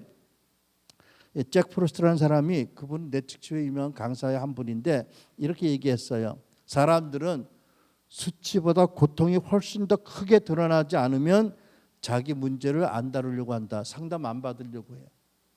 그러니까 저도 그랬고요. 집사람이 상담 받으러 가자고 그러는데 얼마나 성가시고 얼마나 미운지 모르겠어요. 정말 미운데 나 그러면 이혼한다고 그러니까 따라가기도 했는데 남자들이 다 그렇더라고. 나 되게 그래요, 그죠? 그런데 그게 상담이 받으면 참 좋은 거고요. 서로 죄를 고백, 기도가 함께 병낫기 기도는 너무 좋은 거예요, 그죠?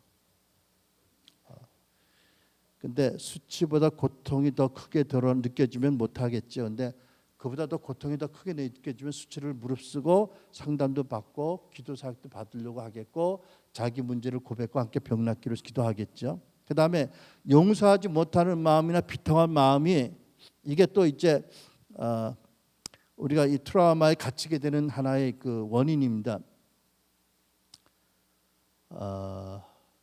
용서, 지난번에 말씀드렸으니까 간단히, 우리는 반드시 용서를 선택해야 되고 용서를 온전케 하시는 분은 하나님이시고 우리는 용서가 마음에서 온전하게 될 때까지 거듭해서 용서를 선택해야 되고, 용서는 감정에 대한 것이 아니라 하나님의 말씀의 순종이고 용서는 십자가로 말미암아 시작된 것이다. 그렇죠. 그리고 용서는 화해와 다르다. 화해를 두려워서 용서를 거부하지 말아라. 용서하지 않겠다고 하는 사람은 나는 지옥 가겠다고 하는 거고 동일하다. 이렇게 말씀드립니다. 그렇죠? 왜? 용서하지 않으면 내가 너희를 용서하지 못한다고 하는 말씀하셨으니까요. 내가 누구를 용서 못한다는 얘기는 나는 지옥 가겠다는 선언과 똑같은 거예요. 반드시 용서를 하셔야 되잖아요. 그렇죠? 그리고 하나님 도와주세요. 그리고 하나님이 용서 못해서 힘들어하는 마음도 이해하시고 도와주시고 강요하지 않으세요. 친절하게 가르쳐 주시고 도우시고 용서하게 도와주시고 용서를 온전하게 하게 하시는 분이 있죠. 자, 아울러서 우리가 해야 할 일, 용서를 받는 것입니다. 우리가 어떤 것에 대해서 용서를 받아야 되나요? 남에게 트라우마를 끼쳤다면, 또 우리가 반드시 했어야 되는데 안 했거나 하지 말아야 할 일을 했다든지, 또는 우리에게 일어나는 일들에 대해서 미움, 판단, 원망, 맹세, 거짓말을 믿고 하는 죄악된 반응들은 반드시 용서하고 용서를 받아야 되는 거죠. 회개하고 용서를 받아야 되는 거죠. 그 다음에 우리 안에 있는 죄책과 수치를 풀어버리고 존중을 받아들여야 됩니다. 그러니까 여러분도 존중을 받아들이도록 훈련을 하셔야 돼요. 그죠? 여러분 안에는 수치를 풀어버리고 예수 안에서, 예수님이 우리 수치를 다 담당하셨잖아요. 십자가에서. 그죠? 예수님이 우리의 죄책을 다 십자가에 담당하셨잖아요. 우리는 하나님 안에서 존귀한 자녀들이 되었잖아요. 그러니까 우리는 마땅한 존중을 받아들일 수 있어야 되는 거예요. 그렇죠? 그다음에 자기 자신을 용서하는 거. 제일 어려운 게 자기를 용서하는 거예요. 그렇죠? 근데 여러분, 자기를 용서하고 자기를 존중할 줄 아셔야 돼요. 자기를 짓밟고 계속 무시하고 자기를 벌 주는 게, 그게 신령한 거 절대 아닌 거예요. 하나님도 우리를 용서하셨는데 왜 우리가 용서를 못해? 내가 하나님보다 더 거룩해요? 아니잖아. 그렇죠? 그거 속고 있는 거예요. 그 다음에 하나님과 화해하는 것. 아까 얘기했죠. 원망을 내려놓으라는 거, 하나님 잘못한 거 하나도 없어요. 그러나 우리의 제한된 이해로 하나님 하신 일이 이해가 안 되는 경우가 있기 때문에 어떤 원망이 생길 수 있는데 그 원망을 내려놔라. 그래서 하나님이 너는 나와 화해하자고 고린도서에 말씀하신 거잖아요. 내가 잘못했다는 게 아니라 하나님 잘못할 수 없어요. 그러나 네가 나에 대해서 아직 이해하는 일이 있어서 마음이 힘들거든, 나와 화해하자, 이렇게 말씀하십니다. 그 다음에 축복하는 것. 이거는 정말 어려운 일이지만 우리 영혼에 치명적으로 필요한 알약입니다. 정말 좋은 약인 거예요. 로마서 12장 14절, 너희를 박해하는 자를 축복하라, 축복하고 저주하지 말라고 하셨잖아요. 우리가 축복을 심으면 축복을 거두게 돼 있어요. 그죠? 마태복음 7장 12절 말씀 같이 쓴다. 시작. 그러므로 모든 일에 내가 대접받고 싶은 만큼 남을 대접하여라. 이것이 바로 율법과 연서에서 말하는 것이니라. 그러니까 용서하고 더 나가서 정말 입이 안 열어져도 이를 깨물면 말이 안 나오지. 아주 용을 써서 축복한다는 말을 하시기 바랍니다. 또 축복도 하다 보면 진짜 용서하는 마음, 축복하는 마음이 생겨요, 그렇죠? 이게 우리를 자유케 하는 길이에요. 자, 치유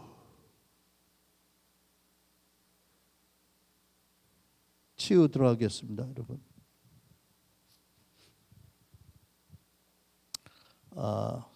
주님의 이끄심에 따라 기회의 창을 열어라.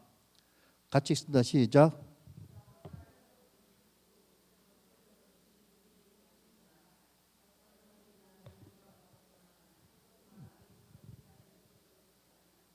받아들이고 싶어하지 않을 때 트라우마의 영향은 확고해지고 축적될 수 있다. 기회의 창이 오래전에 있었다면 우리는 치유의 기도를 통해 하나님을 영접 초청해서 그 창을 다시 열 수 있다. 기름과 포도주를 붓는다. 선한 사마리아인을 비유해서, 그죠? 트라우마에서 해방시키는 기도는 다음 페이지. 이사야서 61장 1절의 명령을 성취한다. 주께서 나를 보내셔서 상한 마음을 싸매해 주시고, 예수님이 하셨고 우리가 해야 될 일이죠. 그 다음에 고통 가운데 마음이 예수님의 임재와 사랑을 경험하도록 초청한다. 그리고 만약 주님이 인도하신다면 트라우마의 그 사건 기억 자체에서 주님이 오시도록 초청하고 주님을 경험한다. 그 다음에 트라우마, 쇼크, 두려움, 공포 수치를 풀어주고 그분의 평안으로 대체한다. 네. 우리의 몸도 트라우마를 기억하고 있기에 기름과 포도주를 부어서 트라우마를 릴리스, 풀어주고 예수님의 평안이 그 빈자리에 대신하도록 기도한다. 기도로 모든 기억과 트라우마에 기름을 붓는다. 기름 붓는다는 것은 성령의 임재를 초청한다는 거잖아요. 혹시 안수 기도할 때 기억을 저장하는 이마 앞부분과 뒤통수 부분을 두 손으로 각각 감싸며 기도한다는데 가볍게 감싸며 기도합니다. 그 다음에 트라우마를 위한 기도의 원칙들 참고 같이 쓴다. 시작. 트라우마에 적용될 뿐 아니라 모든 위로와 치유와 회복이 요구되는 기도에 적용이 된다. 첫째, 공식을 피하라. 올바른 단어 혹은 올바른 단어를 몇 번 사용하는지가 하나님을 일하시게 만들지 않는다. 성령의 음성을 들으라. 하나님이 당신에게 기도하라고 주시는 것을 기도하라. 어떤 경우에는 말이 거의 필요 없다. 주님, 트라우마를 없애주십시오. 같이 간단히 기도하면 된다. 특히 사고 현장과 같은 응급의 상황에서, 여러분 가정에서 이게 가장 필요한 기도예요, 그죠?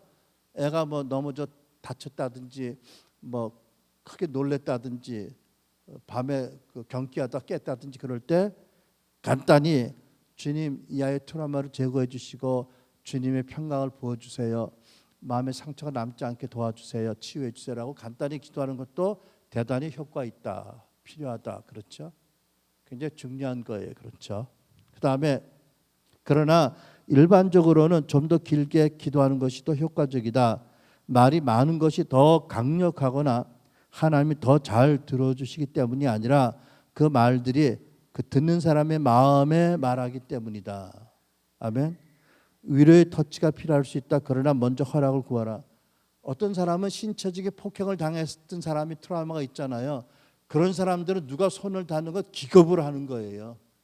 절대 그냥 함부로 손을 대면 안 돼요. 그 상처가 되잖아요. 놀람이 되고. 반드시 물어봐야죠. 내가 혹시 가볍게 손을 얹을 테니까 안수해도 되냐고 물어보는 거죠. 자 이제 오늘 본론입니다. 트라우마에서 해방시키는 기도 예문. 아멘. 지금부터 여기 여러 가지 어떤 트라우마 현장에서 기도했어야 할 짧은 기도 예문들을 읽으면서 기도할 거예요. 그러니까 여러분들이 기도하다 보면 이게 나에게 필요했던 거다라고 느낄 수도 있을 것 같아요. 그리고 하나님도 아시고 하나님이 또 그때 여러분에게 많은 위로와 치유를 주시길 바랍니다. 아멘. 이해가 되시죠? 그러니까 이거는 우리 기도지만 읽으면서 기도하는 것입니다. 아멘. 자, 처음 주 예수님 같이 시작. 주 예수님 평강의 왕으로 오시고 아무개에게 주님의 평안을 부어 주시옵소서. 혹은 나에게, 그죠? 오셔서 평안으로 다스려 주시고 주님께서 이곳에 계시다는 것을 이 자매가, 이 형제가, 아무개가 알 수 있는 방법으로 나타내 주시옵소서. 이 자매가, 이 형제가 주님의 사랑을 깊이 느끼게 해주세요. 이렇게 짧은 기도도 매우 효과적이다라는 거지요. 그 다음에 주님 시작. 주님 어떤 방법으로든 이 자매에게, 이 형제에게 해를 끼치고 트라우마의 감옥에 그 형제와 그녀를 가두려고 해왔던 모든 어둠의 세력들을 꾸짖어 주시기를 구합니다. 주님께서는 페이지 넘깁니다. 이 자매, 이 아무개에게 두려움의 영을 주시지 않았고 사랑과 능력과 건강한 정신을 주셨음을 선포합니다. 이 자매에게, 이 형제를 주님의 날개 그늘 안에 숨기시고 안전하게 지켜주시옵소서.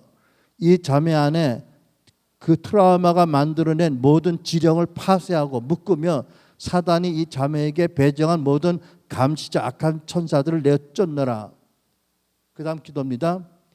주님께서 특효약이 되사 아무개에게서 모든 고통, 트라우마, 충격, 두려움, 공포 그리고 수치를 없애주시고 그것들을 십자가에서 죽게 해주십시오. 주님은 이 아무개를 위해서 고통당하셨고 죽으셨습니다. 주님께서 이 형제를 위해 성취하신 모든 것을 인정합니다. 그 다음 주님의 사랑과 은혜를 부어주세요. 성령님의 능력으로 이 자매의 몸의 세포에 저장되어 있는 모든 트라우마를 제거해 주시옵소서. 세포들을 완전한 질서와 이전의 상태, 진동으로 회복시켜 주시옵소서. 아까 말씀드렸죠. 트라우마의 기억이 장기와 몸의 세포에도 저장이 된다. 그래서 이렇게 기도하는 거죠. 그 다음에 주님 수태될 때 태내에서 혹은 출생의 과정에서 경험했던 모든 충격, 트라우마, 두려움, 공포, 수치를 없애주기를 구합니다. 잠깐만요. 이전의 세대들에게서는 원찮은 성이라고 그래서 주로 아들들을 원하는 가정에서 딸들로 태어나면 이 딸들이 어머니 모태에서부터 수치를 느끼고 아픔을 겪어요. 그리고 또는 아까 그 형제 비유의 형제처럼 어머니 뱃속에 있는데 아버지한테서 어머니가 막 욕을 먹거나 뭐 비인격적으로 모욕을 당하면 아이도 동일하게 아픔을 느끼고 고통을 느끼거든요. 태아도. 이제 그런 경우에 이제 이렇게 기도하는 거잖아요. 다시 시작. 주님 수태될 때 태내에서 혹은 출생의 과정에서 경험했던 모든 충격, 트라우마, 두려움, 공포, 수치를 없애주시길 구합니다. 아무개님, 당신이 수태되던 바로 그 순간을 어머니의 자궁 속에 있던 모든 순간들을 축복합니다. 당신이 태어나던 순간을 축복하며 새 생명으로 부릅니다. 이 땅에서 당신을 환영합니다. 여기에 당신을 위한 자리가 있습니다. 당신의 하늘 아버지께서는 당신을 위한 목적이 있고 당신에게 미래와 소망을 주시며 모든 면에서 당신을 형통케 할 계획을 갖고 계십니다. 자, 그 다음에 이제 주님 구하오니 아무개 형제의 DNA를 치유해 주시고 그의 조상으로부터 흘러온 모든 충격, 트라우마, 두려움, 공포와 수치를 제거해 주십시오. 이건 뭘 얘기하겠죠? 어떤 경우에는 조상들의 강력한 트라우마의 상처와 수치와 고통이 후손들에게 넘어오는 경우가 있는 거예요. 여러분 그럴 경우 있으라고 믿으세요? 있어요. 자, 그럴 경우이죠. 다시 읽습니다. 시작. 주님 구하오니 아무개 자매의 DNA를 치유해 주시고 그녀의 조상으로부터 흘러온 모든 충격, 트라우마, 두려움, 공포와 수치를 제거해 주십시오. 우리가 함께 아무개와 그녀의 조상들 사이에 예수 그리스도의 십자가를 세웁니다. 모든 죄악이 예수 그리스도의 십자가에서 끝나게 해주십시오. 다른 사람들에게 두려움과 고통으로 외상을 입혔거나 조종했거나 굴림했거나 지배했던 그녀의 조상들을 용서해 주시옵소서. 주님의 보혈을 풀어주심으로 모든 해결되지 않은 슬픔과 고통을 고치시옵소서. 그 다음 기도입니다. 주님께서 안목의 뇌에 있는 두려움의 센터와 기억을 처리하고 저장하는 모든 곳에 치유를 가져와 주시기를 구합니다. 그 뇌과학자들의 연구에 의하면 사람들의 뇌에는 그 두려움의 센터도 있고 기쁨의 센터도 있고 이런 그 신경들이 모여 그런 기능들을 가진 그런 부분들이 있다는 거거든요. 자, 두려움의 센터입니다. 다시 읽습니다. 시작. 주님께서 아무개 형제 뇌에 있는 두려움의 센터와 기억을 처리하고 저장하는 모든 곳에 치유를 가져와 주시기를 구합니다. 의식과 무의식 그리고 잠재의식의 기억에 있는 모든 충격, 트라우마, 두려움, 공포와 수치를 제거하시고 이토록 괴로움을 당하도록 한 모든 고통을 그에게서 가져가 주십시오. 오랜 시간 울려온 경보장치의 스위치를 꺼주시고 두려움과 불안, 불면증을 경건한 분별로 바꿔 주시옵소서. 진짜 위험할 때를 그가 알게 하시고 그것을 어떻게 반응해야 할지 지혜를 주시옵소서. 항상 긴장하고 깨어 있었던 마음의 영역 가운데 평안과 안식을 주시고 모든 왜곡되고 저급한 불안을 제거해 주시옵소서. 구하오니 모든 영역에 채워지지 않은 필요를 주님의 사랑과 평안으로 채워주세요. 내 안에 기쁨의 센터에 새로운 신경들이 연결되게 하시옵소서. 안무개가 주님께서 그를 위해 계획하신 모든 감정을 온전하게 누리게 하시옵소서. 아멘.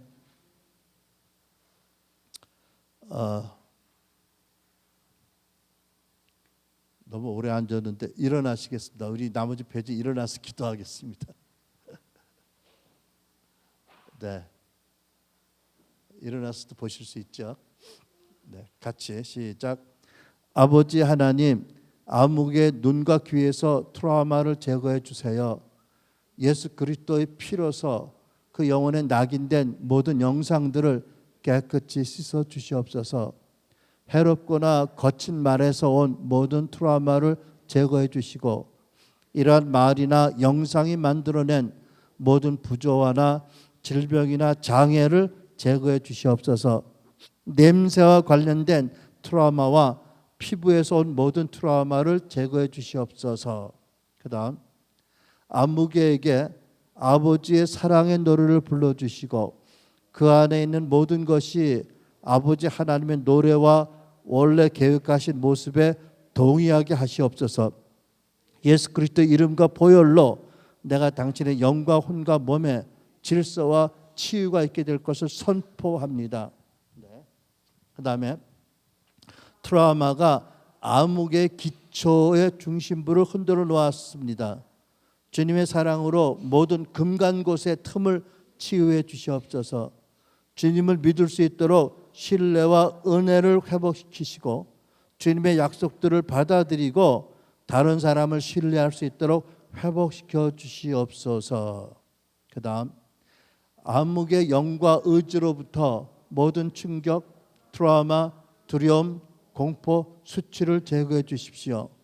그의 의지를 회복시켜 주시고 모든 면에서 의지를 강건하게 해 주시옵소서.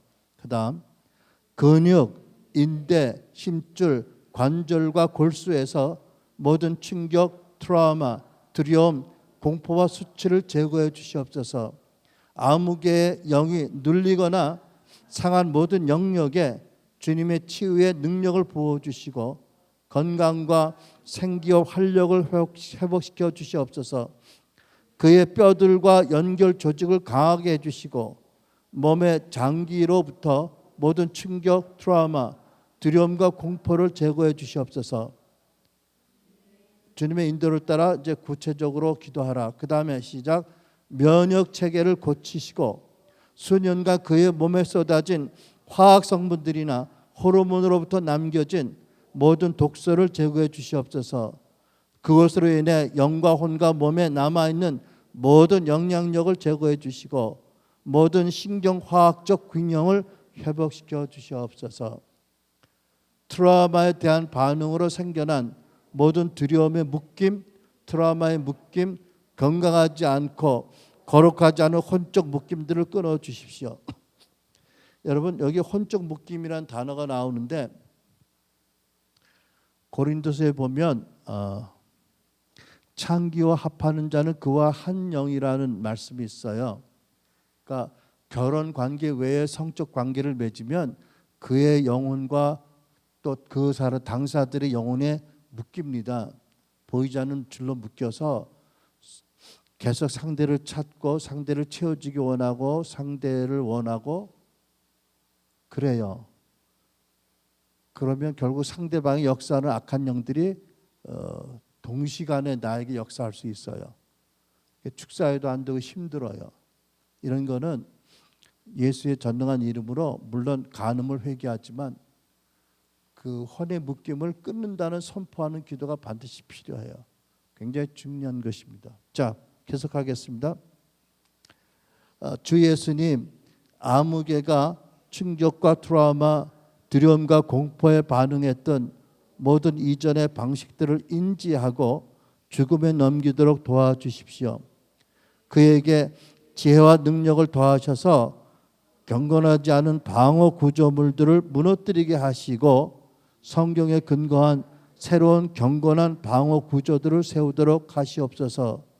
지존자의 자녀로서 그가 가진 영적인 권세를 진정으로 이해할 수 있도록 도와주시옵소서.